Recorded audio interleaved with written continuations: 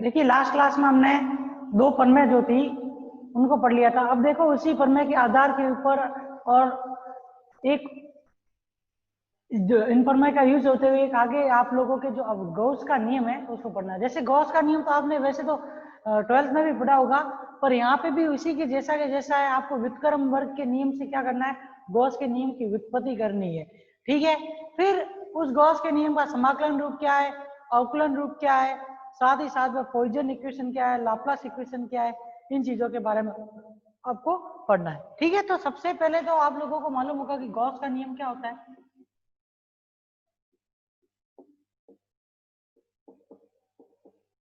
इसकी सहायता से व्युत्क्रम वर्ग के नियम, देखो व्युत्क्रम वर्ग के नियम नाम से पता चल रहा है कि कोई भी अगर क्वांटिटी आएगी तो व्युत्क्रम के अंदर होगी, मतलब रेसिप्रोकल के फॉरवर्ड में होगी, तो उसका क्या होगा, स्क्वायर होगा।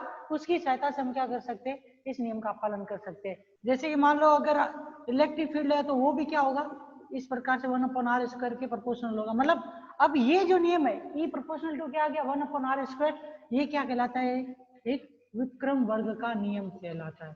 इसमें इलेक्ट्रिक फील्ड क्या है, आवेश से किसी अन्य बिंदु जिसकी डिस्टेंस क्या है आर के ऊपर जो इलेक्ट्रिक फील्ड है उसका मान क्या है, उस दूरी के रेसिप्रोकल के होल स्क्वायर के समानुपाती है, और यही क्या कहलाता है, इसका व्युत्क्रम वर्ग का नियम कहलाता है। अब देखो गॉस का नियम क्या है, इस नियम के अनुसार आप कोई भी अगर पृष्ठ लेते हो तो उस पृष्ठ में से प्रवाहित कुल विद्युत फ्लक्स जो होता है वो किसके बराबर होता है, वहां पर कुल विद्युत फ्लक्स उस पृष्ठ के अंदर उपस्थित कुल आवेश के 1/ε0 के गुणनफल के बराबर होता है। ये सारी चीज आपकी पढ़ी हुई है, वही की वही चीज है। क्योंकि अब देखो इसके अंदर जो फर्स्ट यूनिट है वो लगभग आपके 12th से रिलेटेड है, बस थोड़ा सा चेंज ये है कि कुछ नए टॉपिक ऐड हुए, बाकी जो आपकी पढ़ी हुई है उसमें और इसमें कोई भी चेंज नहीं होगा। देखो गॉस के नियम के अंदर क्या है, अगर कोई भी एक ये आपने पृष्ठ ले लिया, इस पृष्ठ के अंदर आवेश का मान क्या है, क्यू, और यहाँ से और ये मध्य बिंदु के ऊपर ओ के ऊपर से इससे कोई आर दूरी के ऊपर कोई आप बिंदु ले लो पी, उसके ऊपर या फिर उससे निकलने वाला कोई भी विद्युत फ्लक्स जो होगा उसका मान क्या होगा, इस पृष्ठ से निकलने वाला कुल विद्युत फ्लक्स का मान फाई जो होगा वो क्या होगा, टोटल आवेश के 1/ε0 गुणनफल के बराबर होगा। ये आपको ध्यान रखना है। ठीक है, दूसरी चीज ये किसी भी बिंदु के ऊपर, क्योंकि फ्लक्स है आप लोगों को मालूम है इलेक्ट्रिक फील्ड की जो लाइंस होगी वो जितनी स्पीड से बाहर निकलेगी वो किसको प्रदर्शित करेगी, फ्लक्स को। तो ये तो आप लोगों ने पढ़ा हुआ होगा। अब देखो इसके नियम के बारे में लिख लो, इस नियम के अनुसार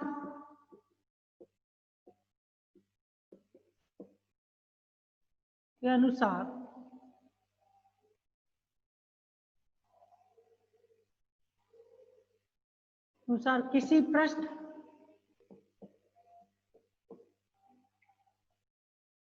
से प्रवाहित कुल विद्युत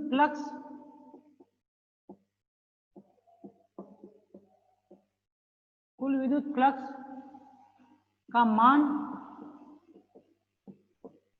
उस पृष्ठ के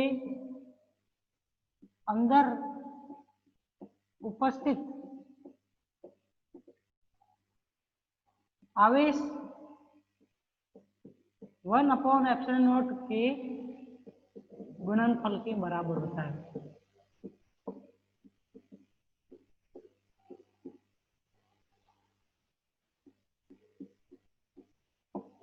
मतलब आपने ये एक प्रश्न लिया है, यहाँ पे इसके अंदर क्यू आवेश है, इस क्यू आवेश के कारण एक इलेक्ट्रिक फील्ड ई प्रोड्यूस होगा, और इस पृष्ठ से इस इलेक्ट्रिक फील्ड लाइंस जितनी बाहर निकलेगी उन लाइंस की जो संख्या होती है वो एक तो किसको करती है, वेट करती है फ्लक्स को, और ये जो फाई फ्लक्स जो होगा वो इस आवेश तथा किसके 1/ε0 के गुणनफल के क्या होता है, बराबर होता है। ये आपको इसके अंदर प्रूव करना है। तो अगर हम यहाँ पे इसकी डेफिनेशन से इसका सूत्र लिखना चाहे गणितीय रूप में तो क्या होगा वो, अर्थात फाई इक्वल टू क्या होगा आपके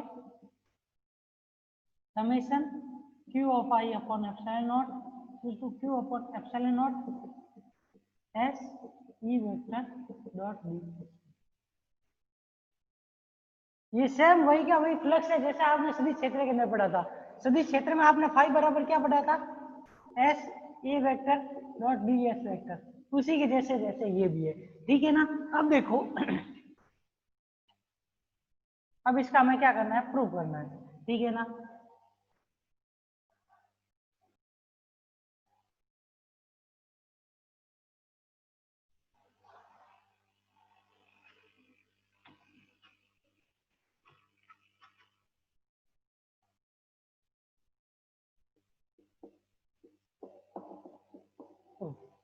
देखो इसको प्रूव करने के लिए मान लेते कोई भी एक पृष्ठ, ठीक है, जिसका क्षेत्रफल कितना है एस, ठीक है, इसके अंदर टोटल आवेश का मान क्या है क्यू, और वो क्यू आवेश मान लो किसी बिंदु ओ के ऊपर स्थित है, ठीक है।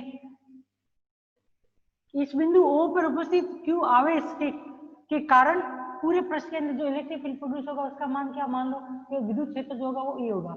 मान लो कि अगर ये बिंदु क्यू बिंदु ओ के ऊपर जो ये आवेश क्यू है, उससे कारण जो इसमें से टोटल विद्युत फ्लक्स निकलेगा उसका मान ज्ञात करने के लिए हम क्या कर लेते हैं, एक इस बिंदु ओ से आर दूरी के ऊपर क्या ले लेते हैं, एक अल्पांश ले लेते हैं, ठीक है। इस अल्पांश का एरिया कितना है, ds, ठीक है, और इससे आउट होने वाला इलेक्ट्रिक फील्ड जो है, या फिर इस क्यू आवेश के कारण इस अल्पांश के ऊपर उत्पन्न होने वाला इलेक्ट्रिक फील्ड जो है उसका मान क्या हो जाए, ई वेक्टर।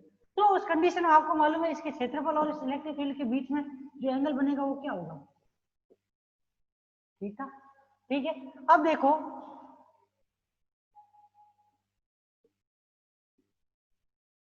ये आपके किसको प्रदर्शित करेगा, सॉलिड एंगल को,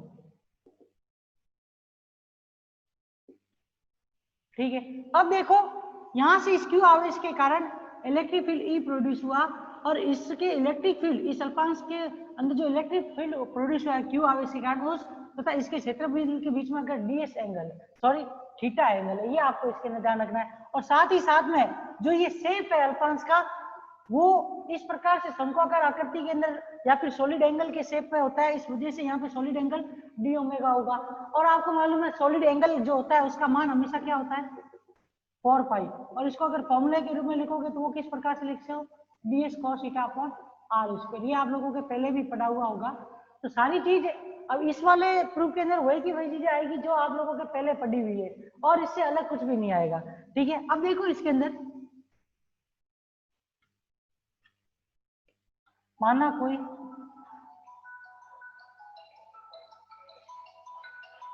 ठीक है, माना कि कोई पृष्ठ जिसका क्षेत्रफल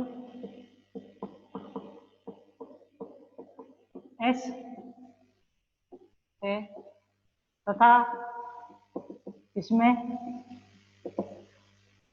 आवेश Q उपस्थित है,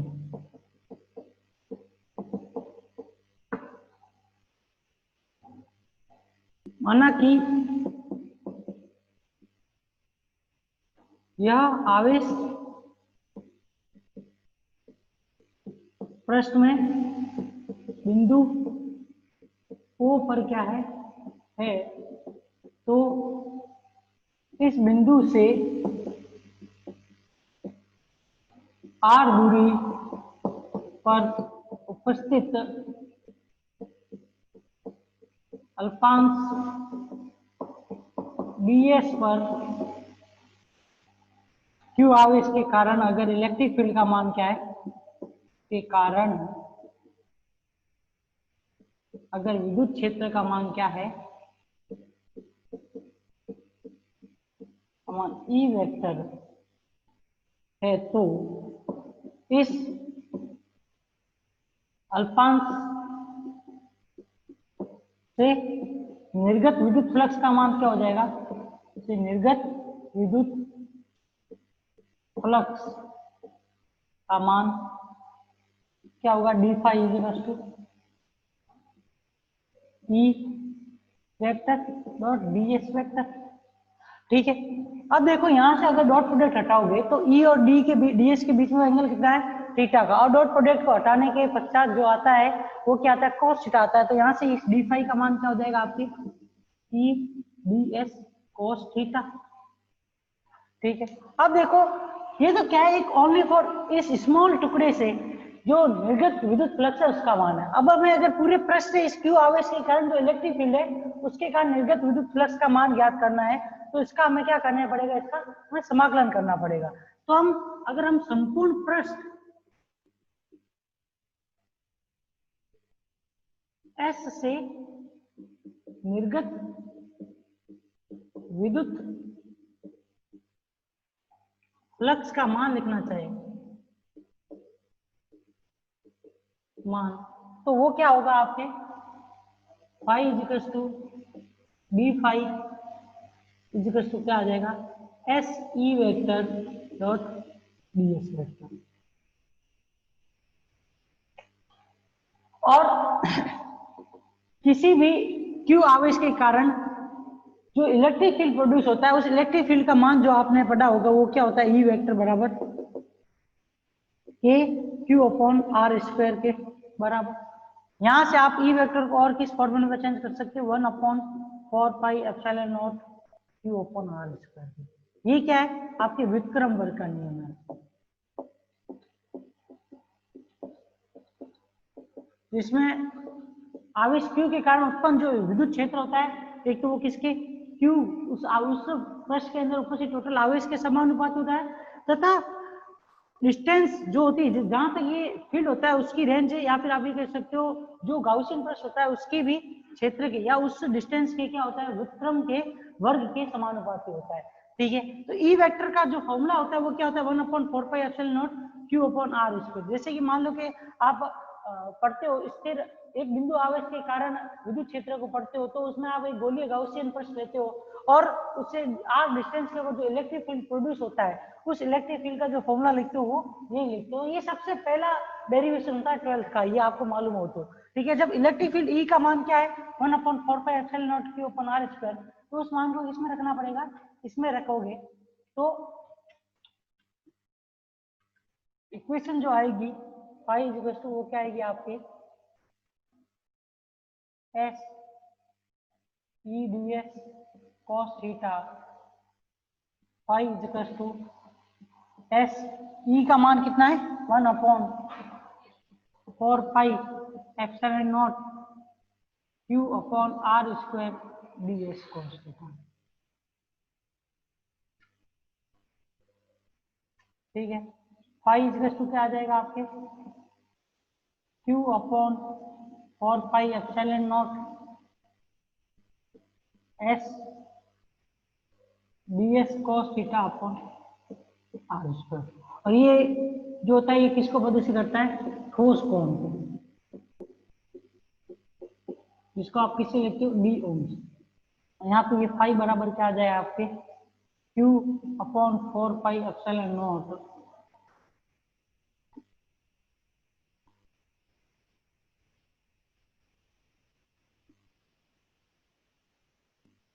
एस डी ओम। ठीक है, तो ये फाई बराबर क्या आ जाएगा आपके Q upon 4 pi epsilon not into 4 पाई, 4 पाई से 4 पाई गया तो यहाँ पे ये क्यू क्या आ जाएगा आपके फाई का मान, फाई बराबर क्यू अपॉन। ये क्या है, गाउस का नियम, किसके नियम की सहायता से, व्युत्क्रम वर्ग के नियम की सहायता से। अब इसी जो फॉर्मूला है इस फॉर्मूले की सहायता से हमें क्या करना पड़ेगा, इसी फॉर्मूले की सहायता से हमें इसका समाकलन रूप और अवकलन रूप भी ज्ञात करना पड़ेगा। क्योंकि आप देखोगे ये फाई बराबर क्यू अपन एप्सिलॉन नॉट कौन से फॉर्मूले से आया है आपके, S E vector dot D S vector से आया है, तो इस वजह से इसको हम किसके बराबर भी मान सकते हैं, क्यू अपॉन एप्सिलॉन नॉट को S E vector dot D S vector के बराबर भी मान सकते हैं। ठीक है, अब देखो इसका क्या है, समाकलन और अवकलन।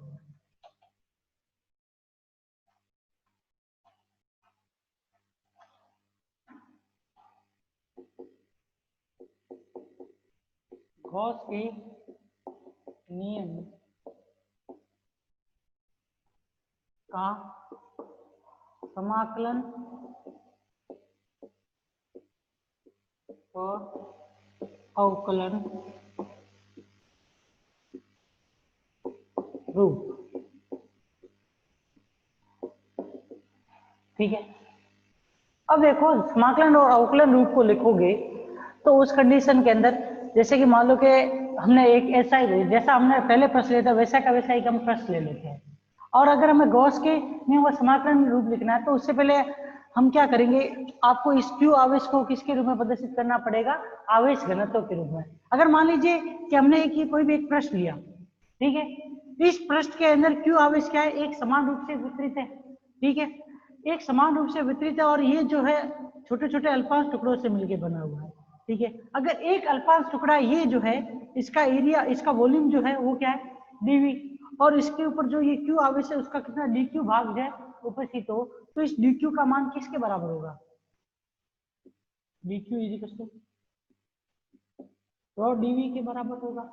ठीक है, क्योंकि जो रॉ होता है आपके आवेश घनत्व वो क्या होता है, इकाई आयतन में उपस्थित कुल आवेश के बराबर होता है। ठीक है ना, इसको Q अपॉन V से लिखते हो। तो अब देखो यहाँ पर इस अल्पांश टुकड़े के अंदर अगर आप आवेश घनत्व को लिखना चाहोगे तो रॉ बराबर किससे लिखोगे, dQ अपॉन dV से लिखोगे।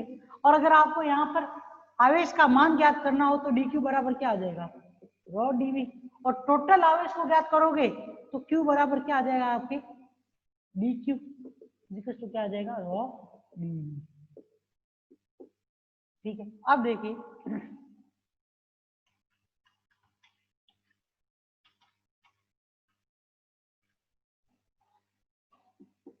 गॉस के नियमानुसार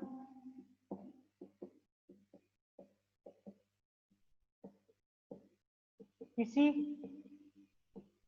पृष्ठ से निर्गत फ्लक्स का मान जो होता है वो क्या होता है आपके phi is to Q upon epsilon naught is to S E vector dot D S vector के बराबर। ठीक है, S E vector dot D S vector के।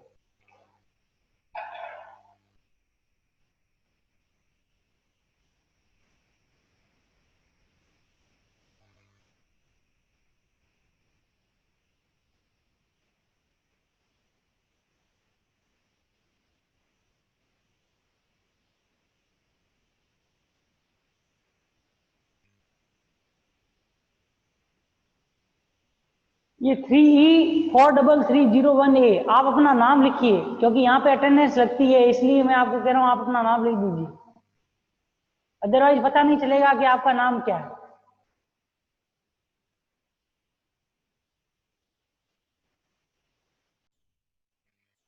ठीक है, तो यहाँ पे किसी भी पृष्ठ जिसका क्षेत्रफल एस है और उसमें टोटल उपस्थित आवेश जो है क्यू है, तो उससे निर्गत फ्लक्स का मान जो गाउस के नियम से वो क्या होता है, फाई बराबर ये होता है। ठीक है, माना कि जो पृष्ठ आपने एस लिया है, एस में आवेश क्यू जो है वो क्या है, एक समान रूप से वितरित है, तो आवेश घनत्व क्या होगा,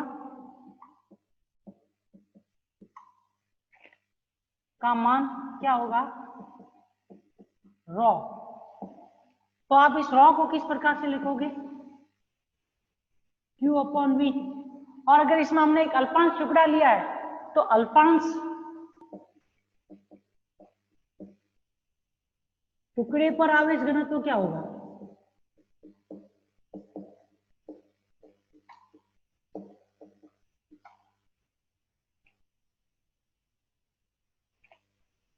तो आवेश घनत्व जो होगा वो क्या होगा, रॉ बराबर dQ अपॉन dV। ठीक है, तो यहां पर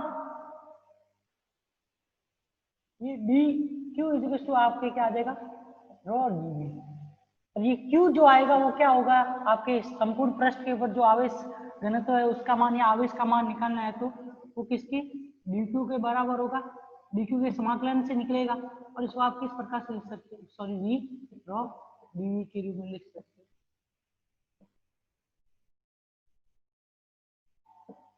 अब क्या करोगे, इस समीकरण नंबर 1 से मान के समीकरण नंबर 2 से मान किस में रखोगे? समीकरण नंबर 1 में रखोगे 2 से मान। तो समीकरण नंबर 2 से मान जब हम 1 में रखेंगे तो ये S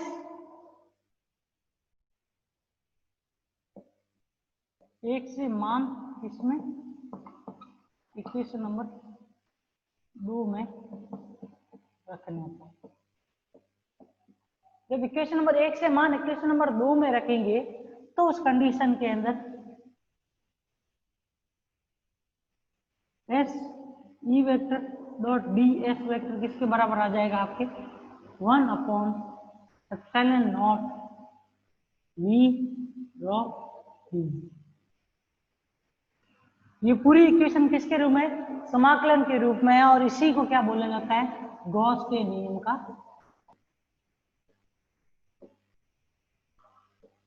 समाकलन। अब देखो, जब हमने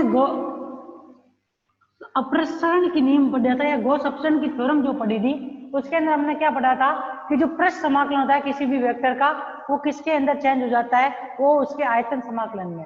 या फिर आप ये कह सकते हो कि किसी भी सदिश का जो पृष्ठ समाकलन होता है वो उसी सदिश के डाइवर्जेंस के आयतन समाकलन के समानुपाती होते के बराबर होता है। ठीक है, तो गॉस अपसरण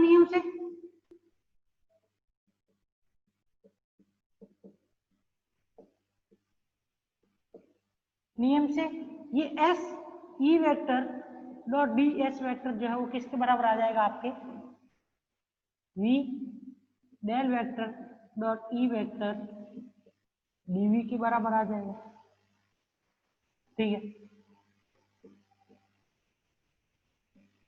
तो अब 4 से आप किस में मान रखोगे? 3 में मान रखोगे। तो इक्वेशन नंबर 4 से मान किस में रखने पे? इक्वेशन नंबर 3 में रखने पर।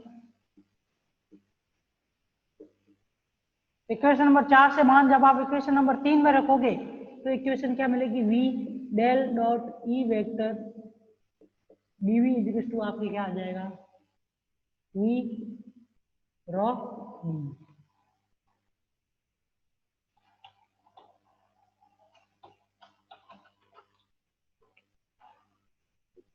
S E del vector dot E vector minus rho पुस्तक में डीवी।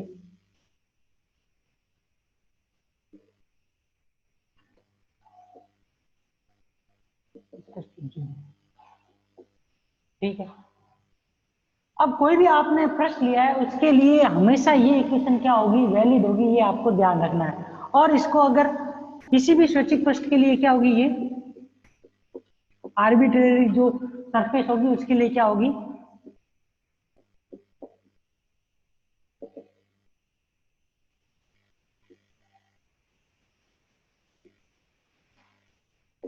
के लिए यह समीकरण क्या है? सत्य होगी। यहाँ पे ये del vector dot E vector minus rho upon epsilon naught किसके बराबर होता है? 0। तो यहाँ से del vector dot E vector किसके बराबर आ जाएगा? Rho upon epsilon naught. अब यहाँ पे देखो, डेल वेक्टर और ई वेक्टर का क्या हो रहा है? डॉट प्रोडक्ट हो रहा है। डॉट प्रोडक्ट होने का मतलब इन दोनों का जो रिजल्ट होगा वो कैसी राशि आएगी? एक आप लोगों के अदिश राशि आएगी। और यहाँ पे ये जो क्वांटिटी है ये भी कैसी है? अदिश राशि। क्योंकि रॉ जो है वो आवेश घनत्व है, और आवेश घनत्व जो होता है वो क्या है? आवेश की मात्रात्मक मात्रा को बताता है किसी भी आयतन के अंदर। तो इस वजह से ये दोनों भी क्या है? एक अदिश राशि है। तो इसका मतलब ये समीकरण क्या है? सत्य है। और यही क्या है? इसका गॉस के नियम का अवकलन रूप है।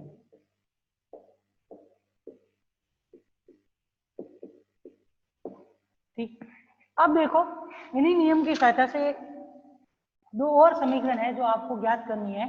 एक तो पॉइसन इक्वेशन और एक है लाप्लास इक्वेशन। कुछ भी नहीं है, सिंपल सी है, जिसमें आपको मालूम हो तो इलेक्ट्रिक फील्ड और पोटेंशियल के बीच में रिलेशन होता है। मतलब इलेक्ट्रिक फील्ड और पोटेंशियल के बीच में जो रिलेशन होता है उसी की सहायता से हम जो है 2 इक्वेशन ज्ञात करेंगे। जो एक तो कौन सी होगी? पॉइसन की इक्वेशन, और एक कौन सी होगी? लाप्लास की समीकरण। ठीक है, अब देखो,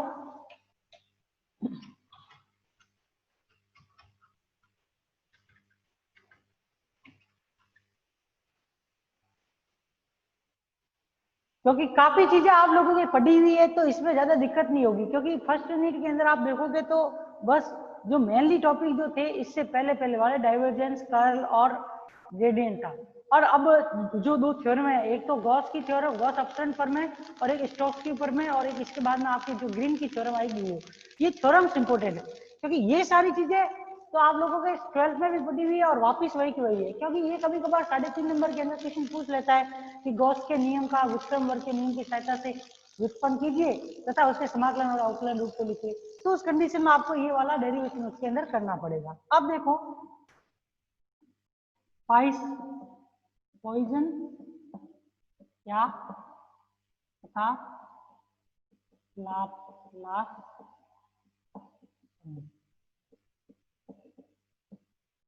देखो गॉस के नियम से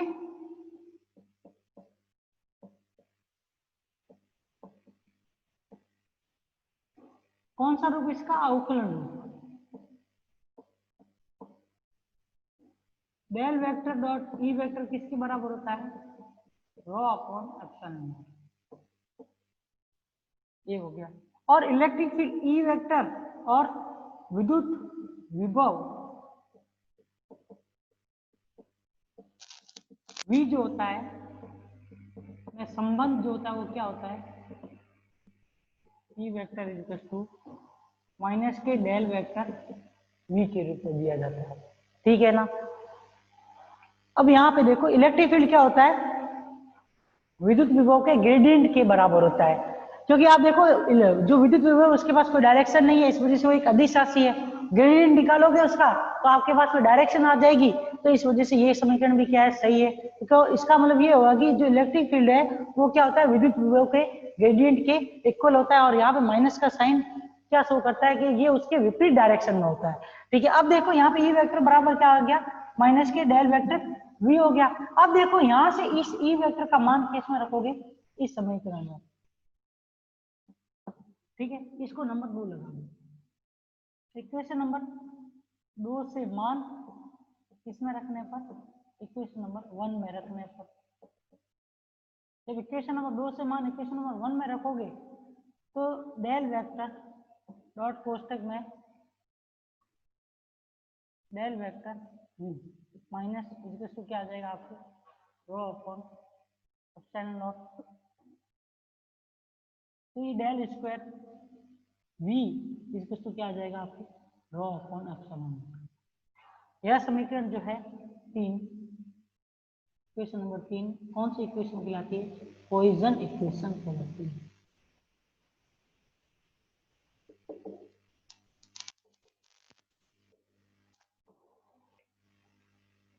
और यदि जो आपने पृष्ठ लिया है उस पृष्ठ के अंदर आवेश घनत्व का कोई स्रोत नहीं है, मतलब आवेश घनत्व या फिर आवेश का मान वहां पे अगर शून्य है किसी भी पृष्ठ के अंदर, तो उस कंडीशन के अंदर रॉ का मान क्या हो जाएगा, 0।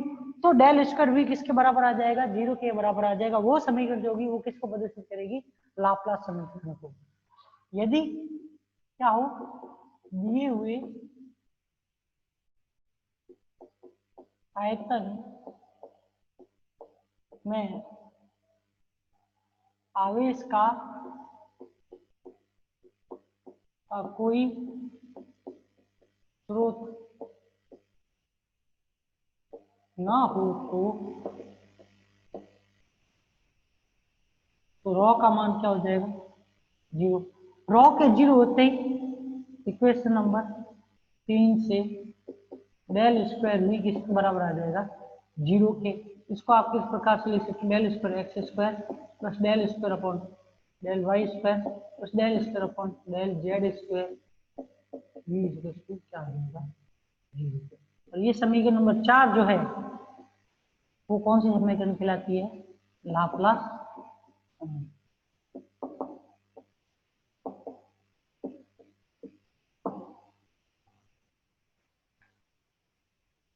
ठीक है ना। यहाँ पे आपकी क्या होता है, गॉस के एक तो गॉस का नियम कंप्लीट हो जाता है, दूसरा उसका अवकलन समाकलन रूप, उसी के साथ साथ में उन गॉस के नियम की सहायता से जो पॉइजन तथा लाप्लास समीकरण है वो भी कंप्लीट हो जाती है। अब एक बची जो है इसके अंदर, वो है आप लोगों के ग्रीन की थ्योरम, जो हम क्या कर लेंगे नेक्स्ट क्लास में कर लेंगे।